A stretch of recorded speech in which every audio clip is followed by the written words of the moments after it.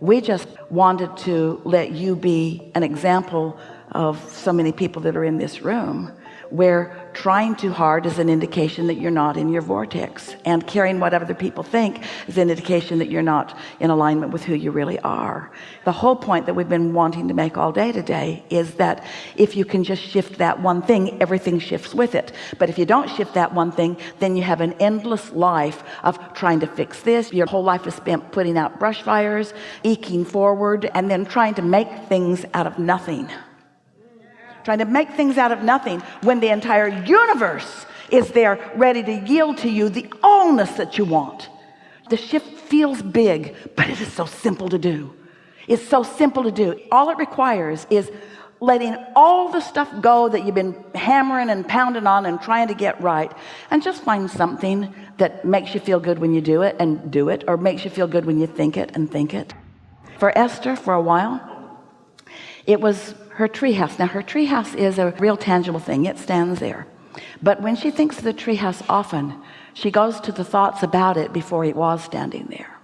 And she remembers coming on this 40-acre property, and Jerry and Esther were walking around, and a lot of it is big oak trees, and a lot of it is cedar trees, and a lot of it is just a lot of brush. And so they were making their way around it, sort of trying to decide, it's a big piece of property, where do we want a light? And there was one particular place that was sort of a little green pasture, and Jerry had said to Esther, "Ooh, this place feels so good." And so they thought that would be the place that they would start to build their buildings. And one day after the building was built, Jerry said to Esther, "Let's ask Abraham why we built the building here and why this place felt so good." He said, "Was it because there were happy people that lived here before and we could feel them, so we just wanted to put our buildings where they had been?" Because the property looked undeveloped, and it was. And when he asked us that question, we said, "No, you were the happy people you were feeling. You were dreaming into your future. You were sensing what was to be, but you didn't have the ability to know you were looking forward. So you assumed you were looking back. You assumed that there must be something back there that I was picking up on." So when Esther thinks about the treehouse, you would like it if you could see it. It's 3 stories, and there's a switchback. Esther was going to climb a rope ladder, and Jerry talked her out of it and built some switchbacks. He said, "I can see you on the rope ladder. I just can't see you with your computer and your on the ladder." And so they stepped into this ring of trees. There were 6 of them in this particular rather small ring of trees. And Jerry said, "This would be a wonderful place for a tree house." And Esther had always wanted a tree house, thought she was too old to care about a tree house. And now Jerry is dreaming about a tree house, and as Esther stood there, she could feel the tree house. And she said, "How far into the trees would it be?" And Jerry would say, "Way up there." And Esther said, "How far?" And Jerry said, "Well, let's go get a ladder and we'll climb up in the tree, and then you can get a look of it from in the tree." And so he got the tallest ladder that he could find. They put it on the top of the car, drove it over with both of them putting their hands on the, and put the ladder up in the tree. And Esther climbed the ladder, and she thought she was so far up in the tree. Now when she's standing in the treehouse, she looks down to where the top of that ladder was, but it felt so far up. And then they began dreaming about it. Esther said, "What will it be like?" And Jerry said, "What do you want it to be like?" And Esther said, "I want it to be really tall." And Jerry said, "Well, how tall do you want it to be?" And Esther said, "As far up as we can make it." And Jerry said, "Do you want to nail it to the trees?" And Esther said, "No, let's not nail it to any of the trees. Let's make it a freestanding structure." And Jerry said, "Then we'll need some big poles in the ground." And Esther said, "How will we put the poles in the ground?" And Jerry said, "We'll need to get some cranes. We'll need a crane and some really long poles." And so Esther is imagining really long poles, and she's imagining a crane putting the really long poles into the ground. And then she's imagining the poles being, so there were 6 big poles put into the ground, 40 feet tall. And then they built the bottom floor. And then Jerry said, "Now what do you want? And now what do you want? And now what do you want?" So they just dreamed it into being. And it is the dreaming of that treehouse into being that rings Esther's bells, not the actual structure standing there now. She remembers the feeling of something that wasn't there, but she could feel it as if it was. That's what we're talking about. And think what was attached to that, a feeling of whimsy. There was no practical purpose in the whole world for this. This was not an office building. This was not a studio. This was not a place that served any practical purpose. This was not something that Esther and Jerry were doing for any other reason other than it felt really fun to think about it, about a tree house, a playhouse. Are you getting what we're talking about? And so for years, ever since then, that treehouse was erected in 1996 or 1997. That's about the time that they were beginning the process of it. And all of those years, when Esther thinks about the treehouse, you know where she goes? To the dream of the treehouse, to the dream of it when it was pure, when it was clear, when there was no resistance whatsoever around it. Are you getting the idea? And so, what was the purpose of the treehouse? What purpose does the treehouse serve? Can you think of what purpose it might serve? To light you up. To dream. To dream. One day, Jerry and Esther were in Asheville, North Carolina, and they were staying in their bus, and there was a family staying in a bus next door. And Jerry, especially Jerry, because he was out where they were, he got talking to them and got to know them and really liked them, and they really liked him. And they came into the bus. They liked to see the bus. The bus was a really beautiful bus. And then they were homeschooling, and he gave them the Sarah books, which are part of this work. It's a fictional story about all these truths, about a giant owl on Thacker's Trail, and about a treehouse. And so he gave the books to the children, and a few months later he got a letter from the family that they were coming through the San Antonio area and they would like to come to see the treehouse. And Esther and Jerry said, yes, we would be happy to meet you. We'll have lunch together and we'll show you our treehouse, and brace yourself because this is a really important thing for you to feel.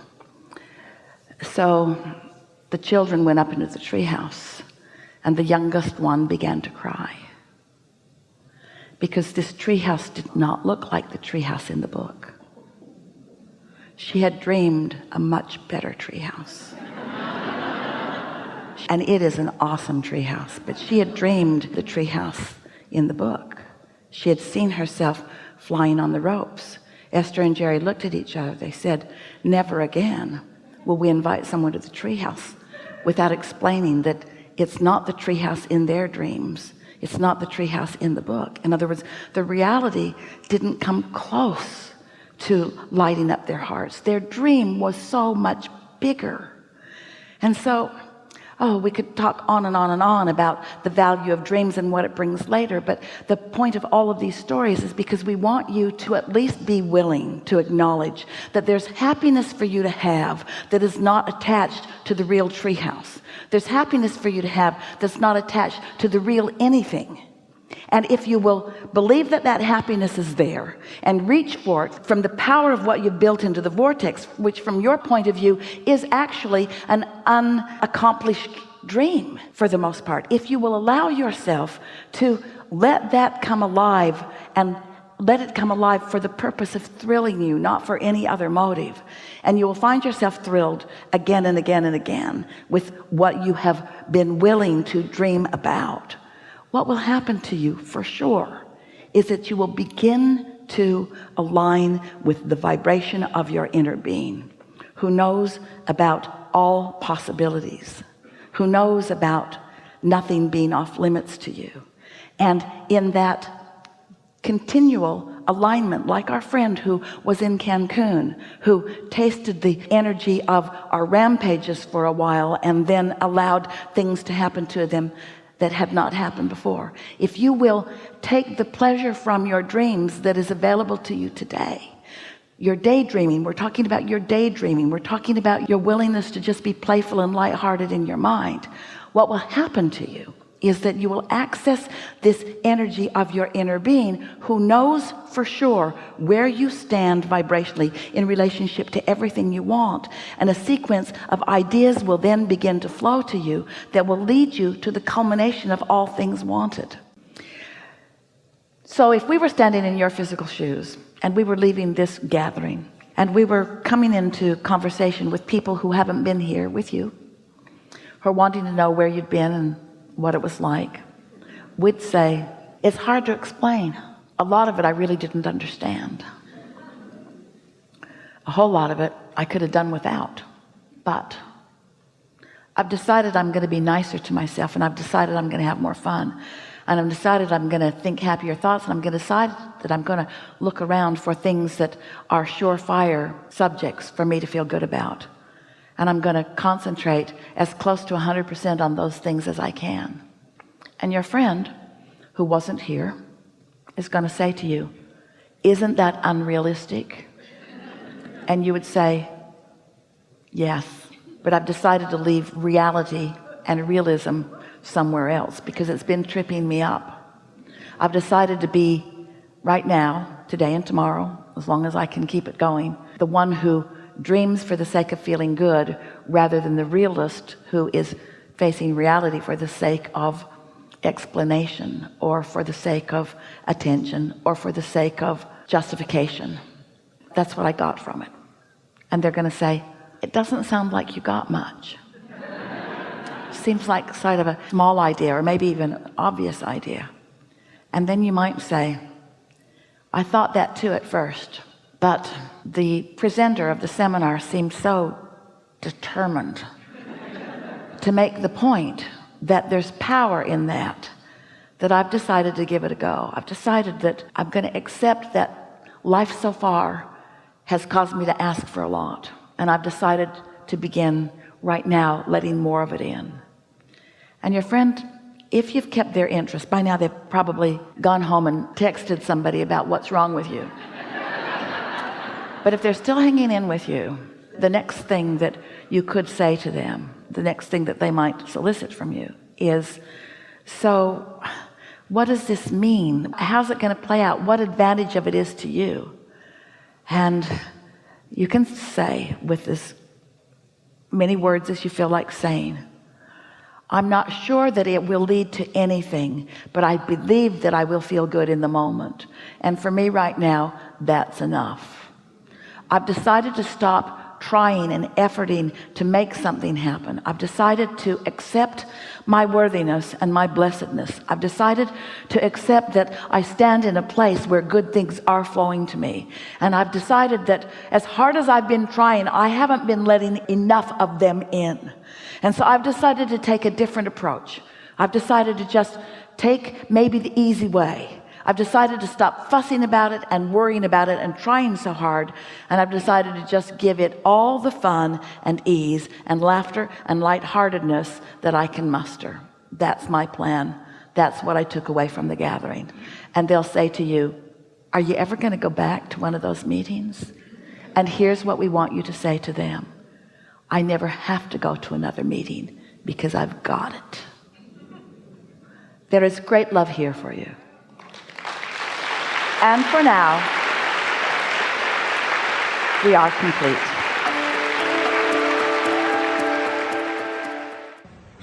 If we were standing in your physical shoes and we had heard and felt what you've been hearing in these hours that we've been together, the way that we would approach our life in the days, hours and days that follow this moment is this.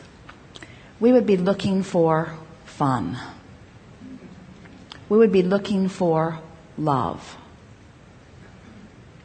which means we would be looking for things to appreciate, which is what love is. And we would be looking for things to surprise and delight us, which is what fun is. And that's it. Somebody says, where are you going? Don't really know. Just looking for fun. Just looking for fun. Just looking for fun from this basis of love. We've enjoyed this interaction more than words can explain. And we want to remind you that while we have offered a lot of words, most of the words that we offered here today were the same words. You're aware of that. Grid, grid, grid, grid, grid. But along with the word grid, we've been offering your core grid vibration. It's been powerful and palpable, and you are forever changed.